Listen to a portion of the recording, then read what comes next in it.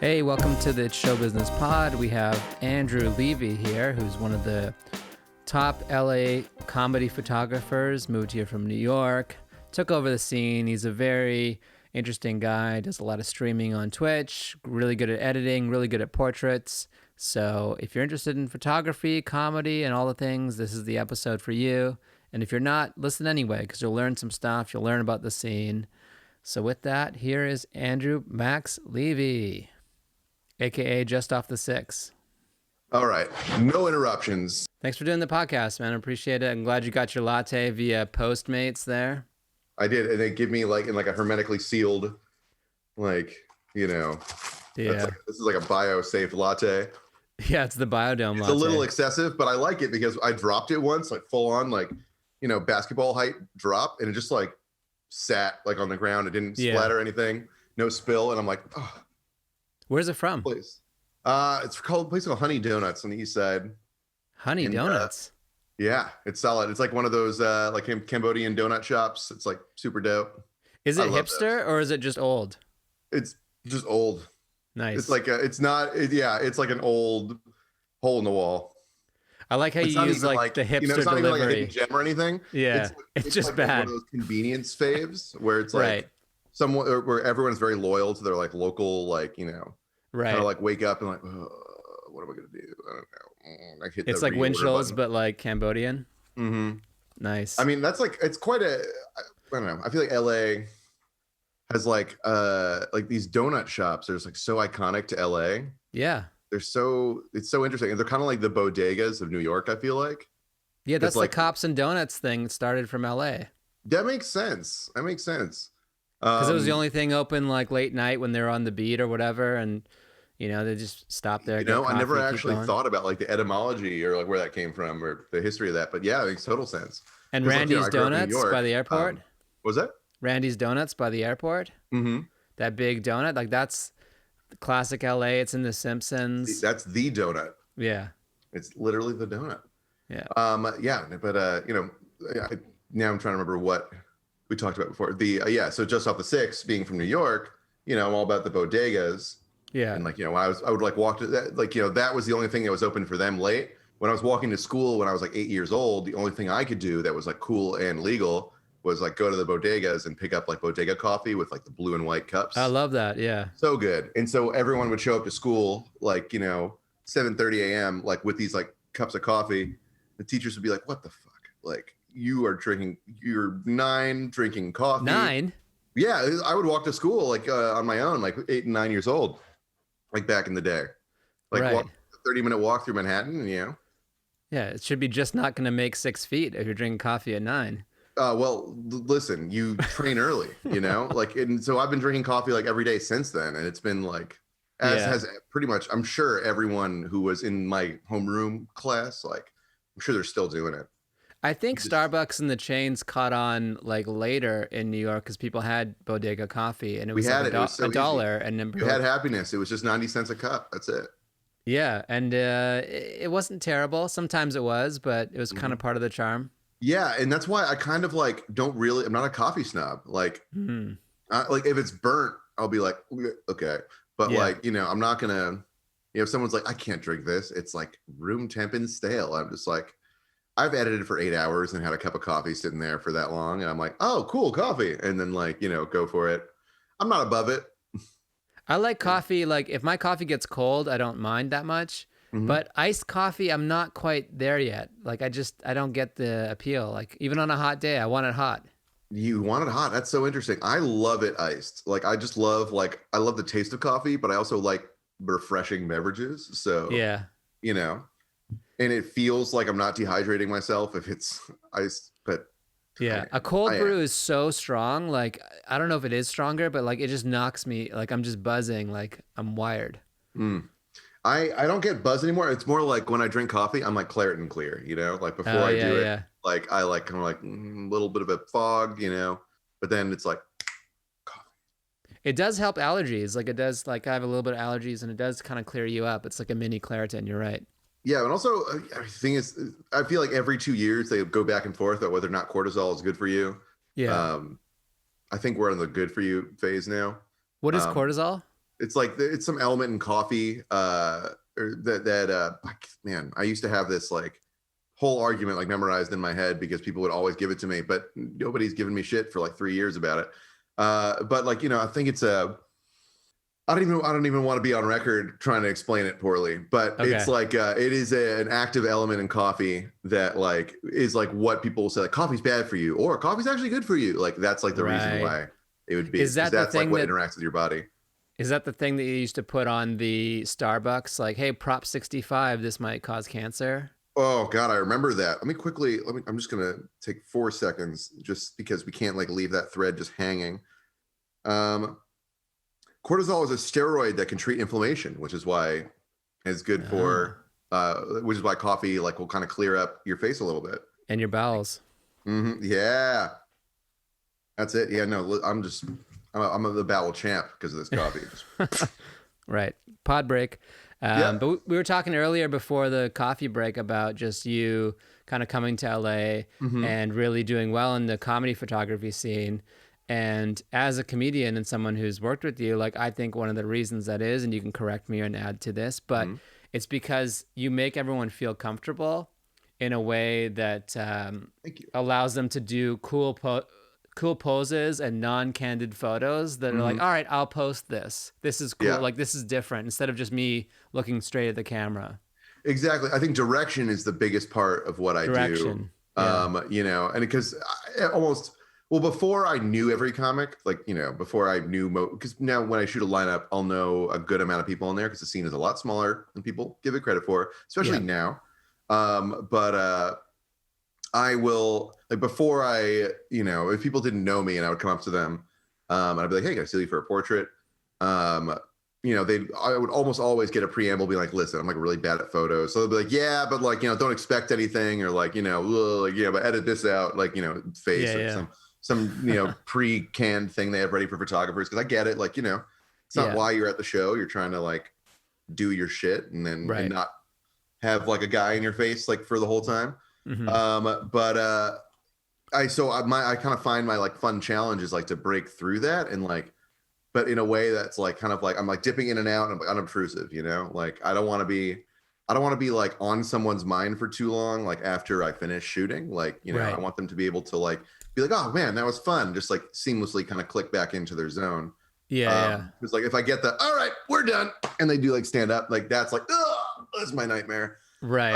Also, just on a side note, just like thank you so much. I greatly appreciate that. The reason why I'm doing this is because I have a ton of respect for comics, and I got a good kick, and I feel like you've done a good thing, Andrew, of like letting comics see how I see them, which is as badasses who are out there like just kind of trying to like tell it like it is, and they're kind of like a voice of kind of like escapist realism, the kind of competing ideas, but like that's like what makes it so exciting. It's like you go to a comedy show to escape, but they're kind of like just giving you perspective on what you're escaping from. And I've always found that so interesting, and comedy itself is so cool. And I feel like the moments that happen at shows, if you can capture like when a moment is happening, like if you can tell that like the crowd and the comic are interacting in an interesting way, or like something random has happened and a comic is rolling with it.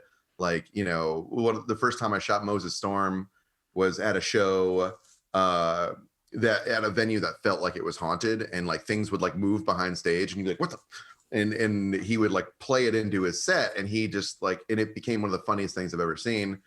He never did any material. Like it was just, he just went on, and everyone was loving it. And like a curtain fell behind, and I caught him like being like jumping as the curtain was falling, and the crowd was like going nuts. And like, that was when I realized that comedy, the stuff that happens here, it just feels electric. And he is Moses Storm is so quick off his feet and so spontaneous. Yeah. And like, God forbid you make a mistake as a producer around Moses Storm while he's on stage, because I mean, the crowd will love it, but you'll know, and I love that. I think the being able to hold someone accountable and also be hilarious is very, very valuable skill, I think. Yeah, definitely. It's very, it's just nice. It's another element of being present. Like part of you capturing the moments is you being present, and like you said, direction. And then when the comedian's also present, like that's another moment that's captured. And it leads to those cool things, like, you know, at the Comedy Bunker when Preacher Lawson jumped and you caught him in the air, and like being attuned to those moments helps you create good photos. And every good photo you take is like an ad for you. I mean, yeah, it's an ad for a lot of things, and then also it's me at the below in each of those things. Like, you know, there are a lot of reasons why people, you know, should have not even just me, just should have a comedy photographer at their show, like, you know. Just, you know, to list a few, of course, you got Troy Conrad, and you got Matt Mazisco, you know, you got Greg Feiner, Liz Vigiano, Enemy Pixels. No, I keep calling him Enemy Pixels because people call me just off the six. I call him Enemy Pixels. Even though I knew him, he and Greg actually were in my UCB class like 5 years ago. And then we just like this, we all talked, like we all kind of found out we kind of did photography together. And so we just like came over to my house and set up my home studio and just like dicked around for a while. And we showed each other some cool stuff and whatnot. Anyway, so cool. Yeah. And that's how we kind of started our journeys together. Mike Falzone. But all those guys are great. I highly recommend having them. So tangent. The reason why you should have a comedy photographer is it's a nice thing to do for the comics, in addition to hopefully paying them. They get like a lot of comics, they're not like actors where they're not thinking about their digitals and what they need to, like, you know, they're the face forward they're putting forward. They're like, well, I got a boom, so I'm gonna put a boomerang on there and I'll see what happens. You know, and it's like cool, but like you can't share a boom, like, you know, it's not like a calling card really, like, you know, like an agent's not going to be like, all right, send me your booms and we'll see what's happening, you know, right? Or if you have a comedy poster, like, you know, you can't post a boom everywhere, like, you know, so I'm gonna stop saying that word too. Boom, boomerang, like that's what you're talking about, right? Yeah, I know, but like I was saying, I'm like, I'm just like boom, a boom, a boom. But no, but it's not permanent. So you don't also, have go ahead. You don't have a catalog of like what you've, like your Instagram is some way like a yearbook, kind of like, hey, this is what I've been doing. And a boomerang goes away. And it's also, they're fun in the moment if you don't want it to be permanent. But if you want that sense of permanent, like a nice photo that's, you know, not candid and kind of like. They're great for a story. Great for a story. It's a story, like, you know, to kind of show like, this is what's happening like right now or last night. Yeah. But, you know, for like posterity, you want something more, so you get you get some high-res photos, and a lot of comics aren't expecting that. They're just like, oh cool, so I have something that will, like, it's like a missing tiny piece, but a piece in my career that I can move forward. And, you know, like every comic could use it, no matter what level you are in your career. You could always use more photos, more content. So there's that. For the producer, it's cool because, you know, whenever I shoot photos and I post them, I get a lot of comics messaging me like, where is this? I need to find out where this is. Yeah. Like, you know, and then they'll start hitting up the producer. So if a producer wants to get people like booking, I want to get more people asking about their show. You know what I mean? Like kind of get more hype about it. Like, you know, that's one. Also, I'm like, you know, a comedy photographer specifically is someone who doesn't need to be told where to go or what to do really. Like, you know, they show up and they know how to not be a pain in the ass and how to not distract anybody, because there's a lot of delicate, you know, kind of like atmosphere at a comedy show before a show, especially because comics are like in the zone. They're reading their notebooks. They're doing their things. You know, you don't want to be the guy who's messing with like the pH of the comic, you know, like when they're just like, no, dude, what is going on? There's an extra person in the, you know, in the area. Like, you know. Right. Moving. Yeah. Exactly. Right up front. Yeah. Exactly. And so a comedy photographer specifically knows when to like risk some capital for a good shot, like the Preacher Lawson shot. Like, that was my 4th or 5th time shooting him, and I wouldn't have tried that on my first time because like I just didn't know how he would react, because I've been lit up before. I've been burned before. As happens. All comedy photographers have. Yeah. And I don't know who was telling me a story about like a truly tragic photographer who just got lit up by oh man, it's so sad. I think it was someone last night. I don't know if I should tell the story again, because I don't think they actually meant to spread it around too much, but it was like pretty brutal, where like they were like, you were following me the whole time from backstage to on stage, and now you're here and you need to leave. And that's like, whoa. If that, I heard that story and I'm like, oh man, if that were to happen to me, I think I would just die. Right. Yeah. It's because that's scary. I think, you know, like many people, I have anxiety. So it's like, you know, when that happens, it's like, you got to remind yourself, it's like, look.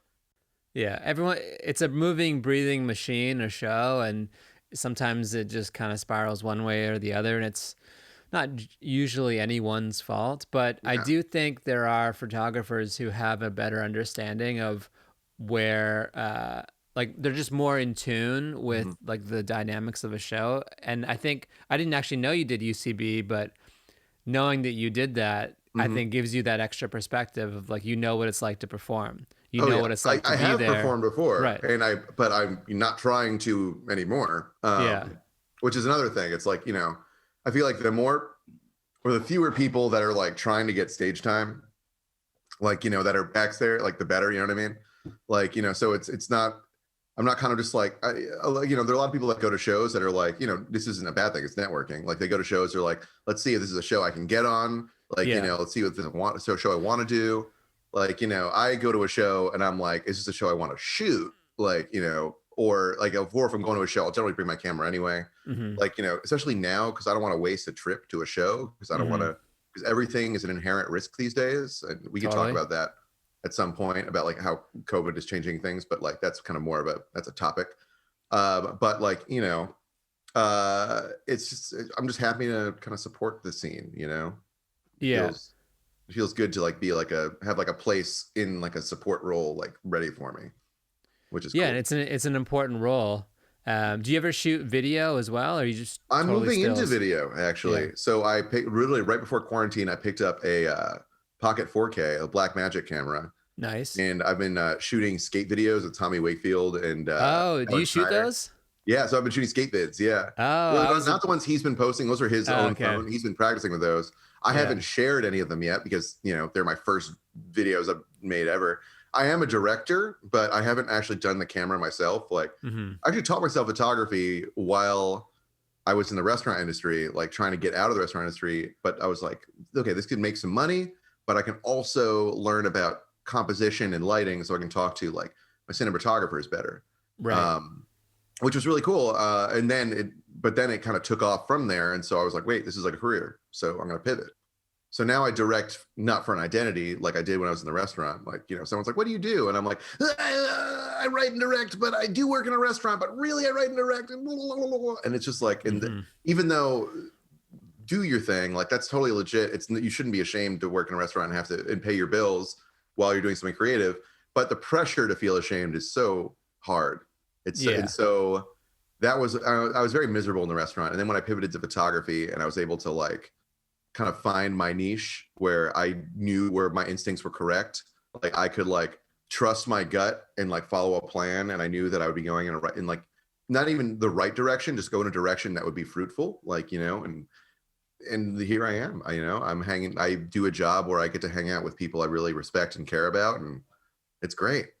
Well, it's so much more adjacent too. Like you have your photography, there's no asterisks. Like you have to restaurant, you don't have to like talk them out of your image. Like I'm not really this, I'm this. Photography, you're like, oh yeah, of course he directs, or of course he does these other things, or of course he has video as well. Like it's so much easier for our minds to make that leap. And also because you see, I do directing, like I direct with you guys, like that. Right, I think that's a big thing that helps me is I have like the directing background. So I'm able to like kind of talk to actors and not be like, make it this face, like, you know, but I'll be like, all right, you are like, you know, you give me like Gilligan's Island, you have crash landed, you are looking out over the ocean and you are shocked and horrified. And then like, they're like, okay, but or they'll be like, what? I don't know if I'm doing, but that face where they're going like, what? Like, you know, is the face I use, like, because I'm not necessarily married to what I'm telling you. I'm just trying to get something in like 10 seconds, you know? So I'm talking the whole time. Yeah. And that's a big thing. You always talk. Like you can't go silent while you're shooting, because then you're just like a black hole of a lens. And it's like, for people who aren't professional models, that's very intimidating. And that's why a lot of comics are like, I'm not good at photos. You'll need to tell me what to do. And I'm like, I'll tell you what to do. Even if you don't like it and don't do it, like you'll get something. Right. Like, there's some direction. Yeah. It's a lot like Austin Powers. Like a little candy. Sorry, go ahead. It's like Austin Powers. It's like you're a tiger, you're a lion. I'm Spence. Exactly. I use some of those lines. I say like, you're a tiger with a secret, baby. Like I don't say the voice, but like, you know, Austin Powers, you know, he's a great photographer. And that's the name of this podcast episode. Yeah, Austin Powers is a great photographer. Yeah, it's pretty funny. Totally. Oh man, I need to watch that scene again. But yeah, I didn't even realize that was like what was creeping into my head. But like, yeah, him talking like that, like, you know, because you just get out of your head as a subject. Like, if the photographer is more making a fool of himself more than you are, then you have license to do weird stuff. Also, the more I shoot with people, the like kind of more building blocks of trust we have. Like, you know, so like I said, at your show, I'd shot Preacher like 4 or 5 times. So I was able to get him to do like that Nike running pose, like by the pool, like for the portrait, you know, and I probably wouldn't have, he probably would have just given me his like press junket shot, you know, before that, where he was like, okay, okay, and we're good. Like, you know, there's some comics that are like that. Like with Bill Burr, I'm like, I'm not trying, you know, I can't really get away with too much, even though I've shot him 5 or 6 times now. Like he's still struggling to remember my name. Like I get it. He meets a lot of people. And when we're at that point, I don't really try and do too much crazy stuff. I just try and get like a nice, calm, like regal looking shot out of him. Yeah. And then but it's also, it's Bill Burr. He's like, my wife's outside. I got 4 seconds. And I'm like, all right, we got 4 seconds then. Yeah. Let's do it. But it's Bill Burr. It's like you just need when you're that big, you just need a photo. Like yeah, and it's like, well, photography is so interesting because I mean, with many different art forms are interesting for this reason. But with photography, it's like there are different like bars in categories that like make a photo, or like elements like, you know, like composition, lighting, expression, subject, like the recognizability of their face. Like, you know, all this stuff, like, you know, context, all of that. And like, sometimes you could have terrible lighting, but like amazing everything else. And so it's like, okay, if the photo is a little not like, you know, lit perfectly, if like you're capturing an extreme crazy moment, like, you know, that could overwhelm everything. So that's why knowing specifically what is important in comedy photography, because that's for every kind of photography, like, you know, and every kind of photography, like, it's like when you're picking your car and like, you know, Forza Horizon or like, you know, or some kind of street racing game. It's like acceleration, top speed. Like you don't want certain things in certain places. Like, you know, with comedy photography, you want like, you know, the light, like getting rid of like noise, like in photo noise, and not necessarily like crowd noise, photo noise, which is like kind of like grain from low light when you're boosting it too much. Like that's okay. That makes it look like a film grain to me. Like, you know, but in a fine art portrait, that wouldn't be too great. You want like, you know, crystal clear, like composition, resolution and all that. But with comedy photography, that's like not the most important thing. And if you can make it non-distracting, like, you know, I kind of lean it into my style because I'm shooting low light almost all the time because it's comedy. Yeah. Like I shot a show on the beach with like 1 LED last night, you know. So it's like the most important thing is like energy. And with Bill Burr, it's like, it's Bill fucking Burr. So as long as I can cross like a couple of boxes and you have Bill Burr, like, you know, and he's not looking like, I just don't want to be in this photo. Like, as long as you can get that, then like that kind of like will like, you know, carry the weight for the image, you know? Exactly. That's stuff. I mean, that's like stuff that's kind of in the back of your head. Right. And then you, I noticed you do a lot of your editing on Twitch. Like you'd be like, hey, I'm going to edit these photos, and you do it kind of live. I mean, what a great way for people wanting to learn how it's done awesome. To Comics, watch you do it. If you're watching, get on Twitch. Everyone, because I've been, you know, just in the purge phase of quarantine, I got on Twitch to like, you know, just meet some people and like be in, you know, just socialize because it was rough. I was playing some games and I'm like, wait a second, like people are doing art on here. I can edit my comedy photos. And I started doing that, and everybody who just pops in randomly in my stream like recognizes all the comics, and they're like, you know, they get starstruck by people who not necessarily I'm like surprised they would get starstruck by, but like who are kind of like comics, like people who like are known in the scene and are great comics, but like, you know, haven't quite gotten name brand recognition yet. Like we're definitely going that way, but you know, they know them and it's insane. And they're like, you know, and I'm like editing a pic of like Andrew Rolfo or something. And he like pops in there and like, they're like, oh my God, Andrew Rolfo is in the chat we're in right now. Like what? Yeah. And then, it's just a great platform. It's a lot of fun. If you're doing an IG live show or a Zoom show, do it on Twitch. Like it's a lot better. You can interact with your audience, which a lot of comics miss with IG Live and Zoom, you know, like, and your audience can interact with you, and you can determine, like, of course, how distracting that is. You can, like, you know, dial that up and down in your settings, but it's like pretty exciting and fun. It's very exciting. On Twitch has been great. Yeah. It's exciting to join in the chat too, just to be like, it's like, because you're going, Morgan and Jay and I talked about this. It's like you log on and you're typing, but they're talking back to you. And there's something about that that's fun.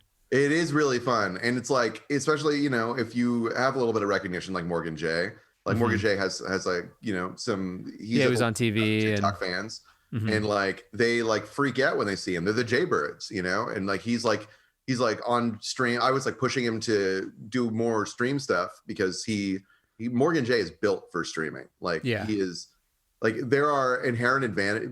I think people need to see the advantages to certain media. Like I know stand-up comedy, like when it went, you know, like quiet for a long time and is still technically pretty quiet, but it's coming back. You know, people were like, well, what if we can try and recreate stand-up exactly on Zoom? I think that is where people kind of stumble a little bit because you can't recreate it exactly on Zoom. Yeah. What you can do is you can lean into the kind of advantages of it. Like Alex Hooper was telling me last night that like he did like a whole Zoom show, and then the last second of his set, he just like handed his camera to somebody who was off camera, turned it around and jumped into a pool that was right off camera that nobody knew was there. Like, and it shocked people. Everyone's like, whoa.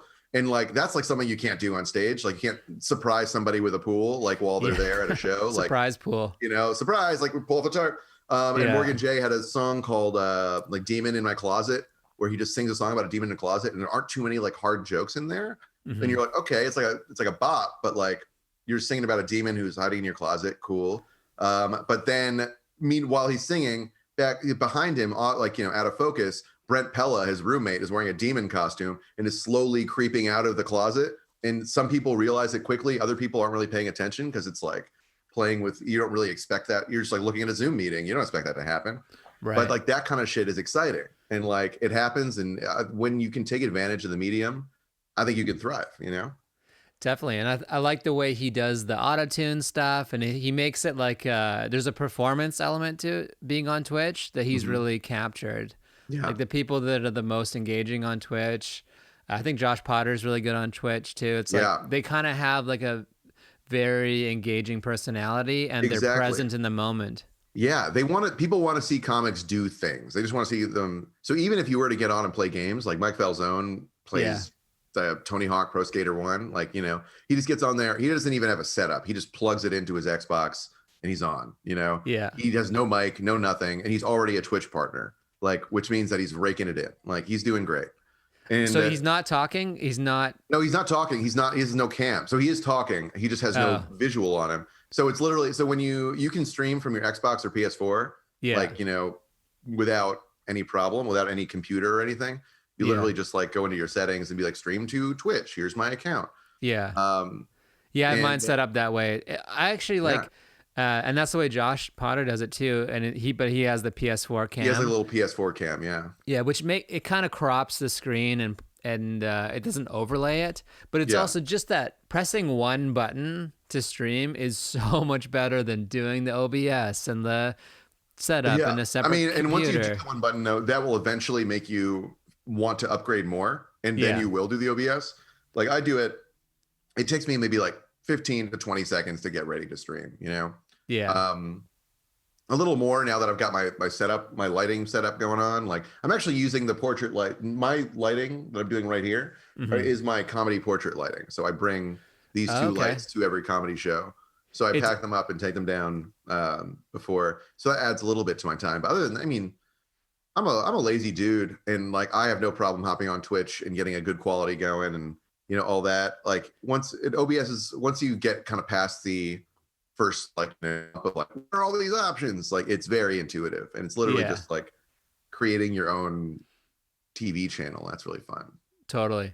That's funny. You said you use the lighting that you use for comedy shows, because it does look like we're in a moving Just Off the Six photo right now. That's kind of what I wanted it to be like, you know. It's like if it's gonna be my brand, like you know, it should.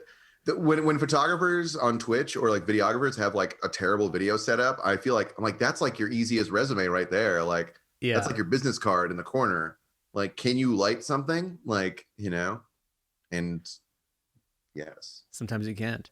Yeah. What, like you were talking earlier about like the shows you go to like check out to see if it's something you might want to shoot. Like, what is your decision process for like, okay, this is a show I want to shoot? Well, so I had a different answer before COVID and one after. So well, most important is COVID. I feel like because there are still, I would say I have a relative stick up my ass about COVID stuff. Like, not necessarily even comedy, just like in terms of like, just in general, like trying to like, I make my roommate was like asking me if he could like bring someone over the other day, like, and I was just like, well, let's talk about it. Like, well, like, have they been tested? Blah, blah, blah, blah. And like, some people would say that's too much. Other people would say like, you should just say no. Like everyone's at a different point. I think everything you could possibly do is a slight risk, like, slight to major, like, and you need to basically manage your risk bandwidth. Like you need to, if you're going to be doing comedy shows, if you're going to be going outside and doing shows, you got to make sure that they're outside. You got to make sure that they're not at an open business. So you don't have servers going around like, this is me, my rules. Like, I think they should be universal, but that's just for me. Yeah. They should be masked. You need to enforce the masks. Like, especially if you can't get, if there's, because that show last night, everyone was like 15 feet apart. It was like a picnic vibe. It was great. It was super outside. Loved that. But there are other shows that I will show up and I'll be like, nope. Like, you misrepresented what this is like. I'm out. Like, have you left? Like, I left it. I left the show early on. Because it was like, oh wait, wow. There's like an indoor area that you have people hanging out in, like, and people are taking off their masks and you're not saying anything about it. And, so if I give producers like a chance during the show to be like, I go up to them like, hey guys, a lot of these crowd aren't wearing masks. I can't take pictures of them if they are not wearing masks. Right. So it looks way bad. Like outside does it is like, they say like, if you're not actively taking a sip, like, so sip, sip. Yeah. Yeah. Paul's really good about that. Yeah. Yeah. And they're great about it.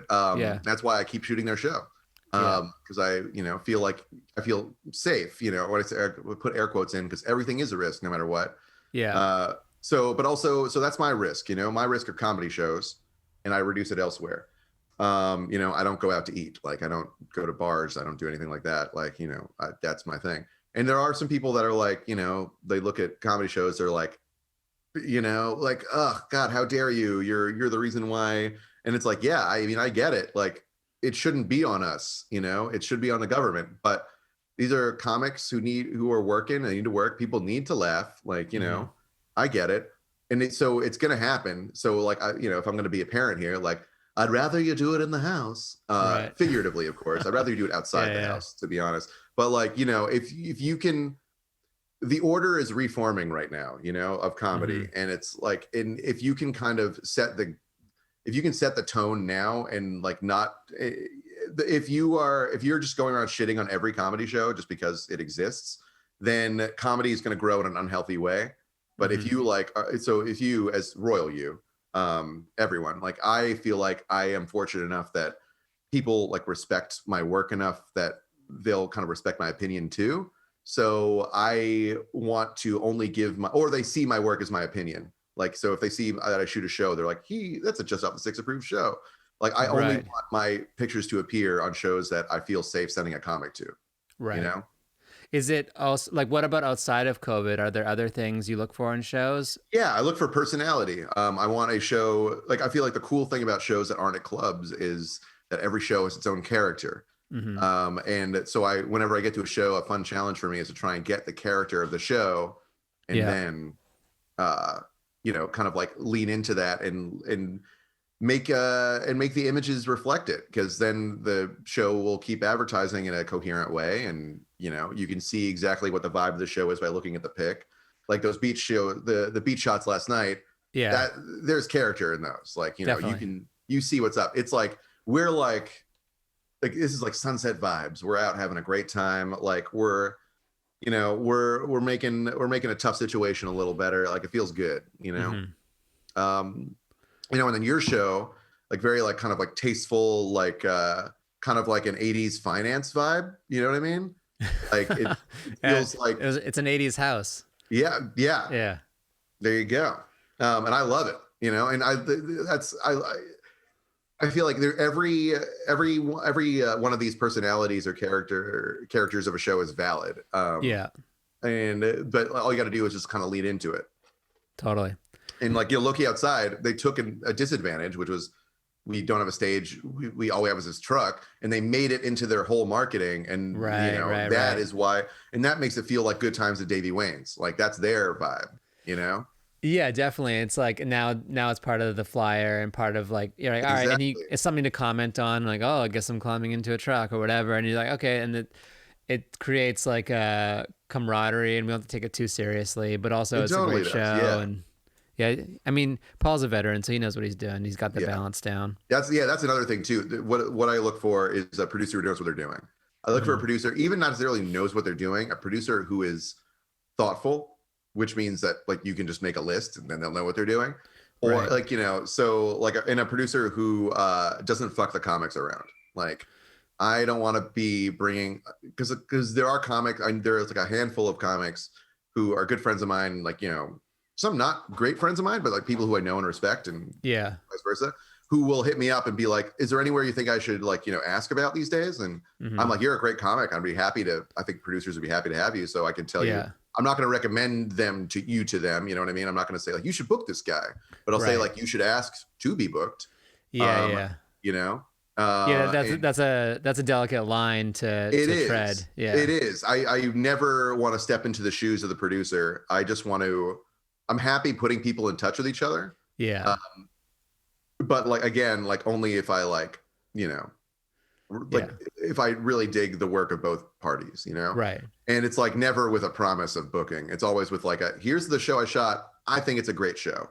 You know, I recommend the shows, not the comics. Right. Yeah, that's a good way to do it. Booking is one of the hardest things to navigate. It is. I can imagine. Yeah. I can imagine. Because you want to book everybody, you know? You want to book everyone you like, but then you got to balance with like all these other elements, and it's, you know, there are a lot of likable hard people out there that, you know, maybe it's maybe not the best to book, you know? Yeah, even like you just have to make like I always look at it like I put the show first. I put the show above me. I put the show above everyone. The show has to be great, and that's the deciding factor. And if that's been the way it's been working for me. I mean, other people want to do it different ways. And there's different kinds of shows. There's the shows like I put on my friend's show. There's the like we book this group of people show. There's the, you know, we only book famous people show. There's all different kinds of shows, and I think they all have their place. And it's good that there's lots of different kinds. Yeah, like the bunker you had like 2 weeks ago, that was a great balance. You know, you had like all, first of all, when I say balance, all amazing comics. But then you have like people who with like a big profile, and then you got people like who are like kind of like the scene heroes, like the comics, you know. We're trying to move away from the lineup show to do more of like a headliner show. Just like there's a host, a middle, and like 1 to 2, sometimes 3, like kind of like co-headliners. And I think it's just to differentiate ourselves from the lineup show. And then you know what? I enjoyed it more because like you're not running up on stage as much as the host. Like every 10 to 15 minutes, you're just kind of like, all right, there's a flow. And then I just really, the last one that you shot, I really enjoyed one of the most of the shows I've done. As did I. Okay, that's also really fun. A good thing as well. You know, just whenever I get to a show and there are only like 4 or 5 comics, I'm just like, because that's like exponentially less editing for me. It's not even necessarily per photo, it's per comic, which is what makes my thing extensive. Because like every comic has their own different, I have to edit differently for each comic just because their like skin like reflects light differently, and like, you know, like they'll be doing different things or moving in different places, and so I have to, you know, I'll get different angles for each comic. So when there's like 14 comics, like I love Loki Outside, they'll do 2 shows where they're like 7 comics each. You know? Like that's gonna be like an 8-hour editing session, you know? Yeah. Like And even that is 8 hours. That's how long it takes you to edit? I mean, when I have a lot of pics, like, you know, when I'm shooting, I try and keep it less than 300 pics per show. Yeah. But like that's what I take, and then I will, you know, but that is my try, of course, because then sometimes if everything is going great and like, and you're just like in pay dirt, you know, and you're just, and the show is firing, everyone's laughing, the light is good, you're getting stuff in focus, then I'm just fuck it, like, you know, I'd rather mash the shutter than lose anything. I don't like mashing the shutter, but like, you know, if you know, if everything is going great and everything I'm getting is just like drops in the bucket, like gold, like then yeah, I'll keep shooting and I'll end up with like 800, sometimes 1,000, just too much. Yeah. But like, you know, and then that's when I was like, oh, I created so much work for myself. Yeah. What is it like? We've had photographers where the shutter makes noise and where some don't. Is that just the product they've chosen it's to a kind of camera. Also, it's a mode. You can do shutter silent mode, but like it makes the images a little grainier because it's like you basically, the camera is like compensating elsewhere to like reduce the shutter quiet, you know. It also depends on how fast the shutter's going, so it depends on what kind of images they're taking. So if they're taking a fast shutter, it means like when I took the Preacher Lawson photos, like when he was jumping, like that was a fast shutter, so I can catch him like right there. And I can't use a fast shutter if there's no lighting, which is why I work with producers that know what they're doing. And basically when I saw that, I knew I wanted to shoot a Comedy Bunker like a year and a half ago when I saw the little crown thing on the, like that little logo you have on your backdrop, that little thing, I look for mindset indicators. That's kind of what I look for. And that little thing means that you thought, that is a detail that you thought of. Like, not just like, let's not just get a black backdrop. Let's like get a little, like a very simple logo on it. Like, you know, and it'll change everything. It changes the tenor of every photo, no matter who takes it. You have kind of put your stamp on that photo as well. And I really respect that. And that is like, yeah, no, of course. And that it gives a little bit of interest to the photos. And it's like, it just makes my life a little easier. And so when you have that and I see that you have lighting, I'm like, okay, you're already miles ahead of a lot of other people.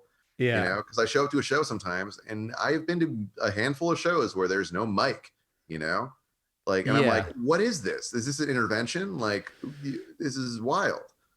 So why do you have me here if there's no lights? Like, you know? Yeah, it's not rocket science. It's just the will to do it.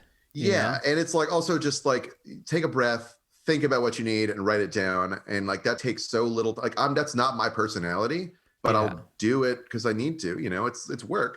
Like, I'm not like a list making guy, but I will if I'm, you know, going to be producing something, like, you know, and if I want to make sure that I'm not missing anything, like that's the, you know, because people, it's like lights, mic, you know, sound, stage, like that's crowd, done.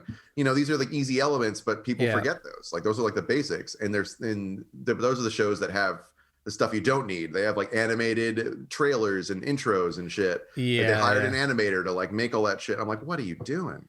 Yeah, there are shows that look better. There's shows that look better on Instagram than when you do. Yeah, them. And I've definitely been responsible for some of those, just because you know I get somewhere and I'm like, wow, I am in. This is a rough spot, but you know I'm going to get some photos, so I'm not going to make them bad. Right. It's just part of it. You can't. Yeah, which is, I mean, that would happen more earlier in my career when I was just shooting everything. Yeah. I'm very fortunate now that I can pick and choose kind of what I shoot a little bit. Yeah. Which but is even like a good spot.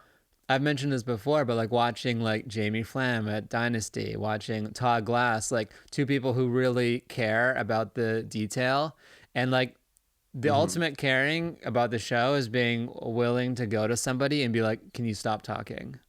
Like, no matter who it is, like, cause like that little, like the little, it gets louder and louder and louder. And then it takes away from the show. It's not their fault. And often they appreciate, I have no problem going up to comics who are talking too loud and be like, yo guys, we can like hear you. Like, you know, and they're like, ugh. You know, they don't want to be heard, you know, it's like, generally people respect it, you know? Yeah. And just being able to do that makes the show. And where the Comedy Bunker was, like there was like a hallway and it was like a sound torpedo, like right into the showroom. Sound Torpedo, band name. And like, so if you stood at the back of the hallway and talked, like you might think you're talking quietly, but at a quiet moment during a bit or during a set, like you can really hear everyone.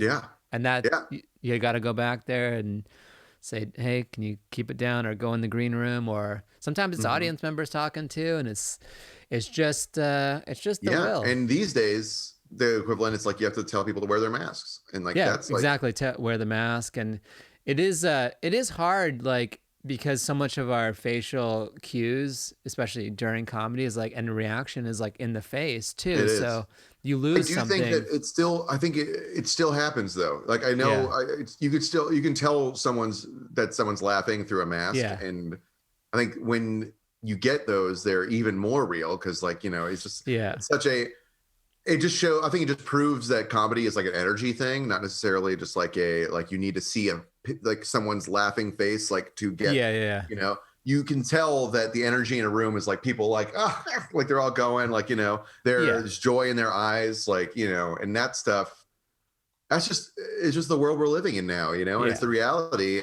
but it's not an unworkable reality. And I think that once we lean into it, which a lot of people are, yourself included, like I think the scene is still strong, like people are like, comedy's dead, but I'm like at some of these shows, the outdoor ones, and I'm like, I'm seeing these moments still happen, like moments that are like really special, and like, it's different. Yeah, we got to take more precautions, we got to do stuff, but it's not dead. It's happening. I mean, Bill Burr's dropping into like small LA if shows. Anything, it's a whole new world out there. Like everyone, like every lineup, there's the potential for like fucking home run hitters to be at any given lineup anywhere. Like, no matter what, if it's a parking lot or a barber shop or beach, like you can be performing with like some of the best. Yeah. And when you're on stage, like the lights are so bright usually, like you can only see the first few people in front of you anyway. So it's like the mask doesn't really stop that. Get your fix, guys. Yeah. It's hard to like some of my friendships, like when I see people that I haven't seen in a while, there's this like built-in social awkwardness now. That's like, it's like, you got to like kind of feel out like how comfortable you are of even like talking and I'm training myself just the elbow. Like, that's my, like, and if it's somebody like who I want to give a hug to, it's like an elbow shoulder slap, And that like is like kind of like the, hey, you're great. Yeah. But it tampers down the excitement. It's like, hey, elbow. Yeah. Once that becomes part of like, once you have to stop thinking about it, the excitement will keep going. You know what I mean? It's like, right now it's like, hey, what are we doing? Like, are we hugging? But like, once more people kind of get all right, just elbow, like then it's like, hey, boom. Yeah. Like, what's up, man? Like, that's 2020. Hi. Great. Yeah. 2020 is hi. What are we doing? Yeah. What are we doing? Hi. What's up? What is this? Yeah. And then, I want to ask you something about what's with the no driving. Are you going to get a license? Man, thing is, I was going to get a license this year, but like, I don't want to. Have you never driven? Are you like the diehard New Yorker with the no? I am a diehard New Yorker. Although I think it was Taylor Tomlinson who had like a bit about how New Yorkers are like so proud of not driving, but it really is just like a defect, like where like it's like, what? I'm a New Yorker. But no, you just aren't ready to operate a motor vehicle, And it's true. That was an attack, but it's true. I grew up in Lower Manhattan. I never got my license. I fold Ubers into my rates out here, but I was like, I want to take my dog like to waterfalls and stuff and do more trips. And I want to be able to pack better, like bigger gear. Like, some people bring like giant soft boxes to comedy shows. I'm just like, even though I don't really want to do that, I'm like that. If there was ever a time I would want to do that, like that's not. And when comedy comes back, you'll be able to shoot 2 things in a night more easily. Well, that hasn't stopped me before. Like, I shoot 2 things in a night. Like, I would shoot 30 to 40 shows a month before this. Oh, wow. Yeah. So I would shoot like, 1 or 2 shows a night, depending on where the show is. But it would definitely be easier. Yeah. And so I was going to do that, but the DMV just seems like a nightmare right now. I mailed in my passport was my main ID. I mailed in my passport to get renewed. Nice. And they were like, yeah, we'll get it back to you in like 11 to 12 weeks. I'm like, ugh. So like, that's when I was like, well, I should have just gotten a fucking license because then I would have a license. So now I'm just sitting here waiting with nothing. Did you feel the pull to go back to New York during the pandemic when they were really on top of it? No, because I feel like the more people that felt like that, including myself, then they wouldn't really be on top of it anymore. Because Right. everyone would be going. Like, you know what I mean? Like everyone would be like, oh man, let's go to New York because they got it under control and we're a hotspot. I feel like New York would be a hotspot again. Yeah. But also, if I were to go, I would need to do like the quarantine thing, and that would be, I feel like I would go, and that would be just like 2 weeks wasted for me. Right. And also, I just like don't. It's not like I don't know the landscape of New York, like, for comedy wise. Like there are a bunch of people that are like, whenever you're out here, let me know and you could shoot the show. It's like I just the comic ecosystem is not. I don't know them personally. I know a bunch of them know me, which is really weird and cool. But like I don't know them like personally. Like I know of them. I know their comedy. They're all great. But like I would need to. It would right now. It's not the time for me to like make up ground. You know what I mean? Like, Yeah. I'm like I'm in a good groove right here. If I was like not in a good groove here, then I would be like, sure, I'd go back, and I would also love to see my parents. I haven't seen my parents in like 8 months, but they're staying in Western Massachusetts and they're living life. My dad's out there. He's interviewing Fauci he's interviewed Fauci 3 times in this whole time. Oh wow. Yeah, my parents are both journalists. Okay. Which is really cool. So yeah, my dad, I'll randomly see a link on like CNN, like it's like my dad's face. And I'm like, whoa, which is pretty wild. And then just like, off the and then, five, like the background of like Western Massachusetts, like gorgeous foliage and autumn. When I see that, I'm like, kind of want to go. Yeah, I miss autumn, But I think also here's a prediction. You tell me if I'm wrong or if you think I'm wrong. I think LA is going to be like the comedy capital in the winter because you can't be outside in New York. Yeah. Someone was saying either that or people are going to be driven underground in New York, which would be a bad thing. I think there's some pod I was listening to, I can't remember which one, but there's a comedian talking about how the next generation of comedians will have more time if they live in a hotter place. So like the South will be where you get all the reps in. Yeah, exactly. It makes sense. It's like you just can't perform outside. But in LA, there's so many places that are able to put on a show outside. Yeah. But then I see people in New York like, oh, they can go to Connecticut, Pennsylvania. They're doing clubs. Like there's still the density of the East Coast allows for more it's not a reason shows. to abandon it entirely. It's just a reason to migrate for the winter, Right. Yeah. What's next for you? I mean, you're taking over photography. You're doing great on all the shows. Like, what are some of your goals coming up? Direct and shoot comedy specials. Oh, hey. Yeah. And that's why I'm teaching myself video because people have been asking me like, when's the Just Off the Six video happening? And I'm like, it's a great idea. I want to film. I want to shoot and direct people's like 5 to 10 minute, like little kind of like highly produced, like tight 5s, 10 minutes, because everyone's got one. Everyone's got like a really like hard gem, like so if you've ever been thinking about like retiring that 5 to 10 and moving on to another one, like put it in a comedy special context, have that content, and people get. If the more people see you in a context, if they see you in a comedy special context, then they're like, this guy's a comedy special guy.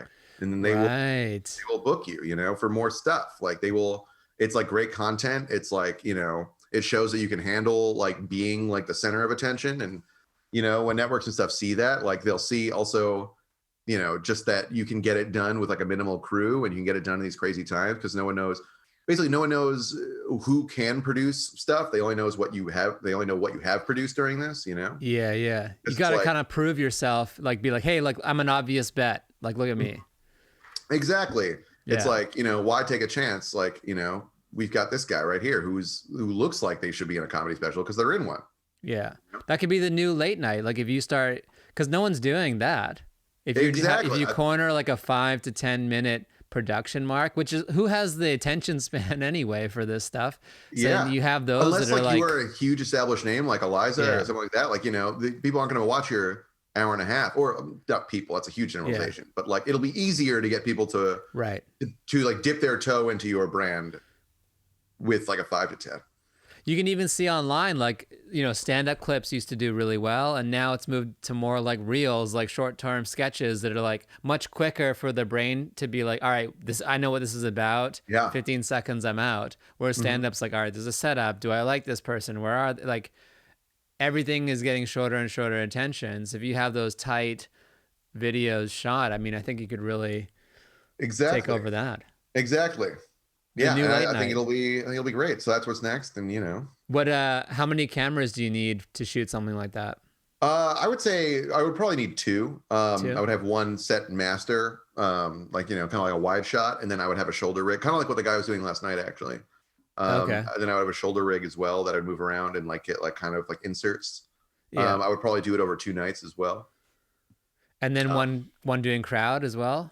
Yeah, so I would do it 2 nights. So I would have my shoulder rig cam, which would be like my the key cam.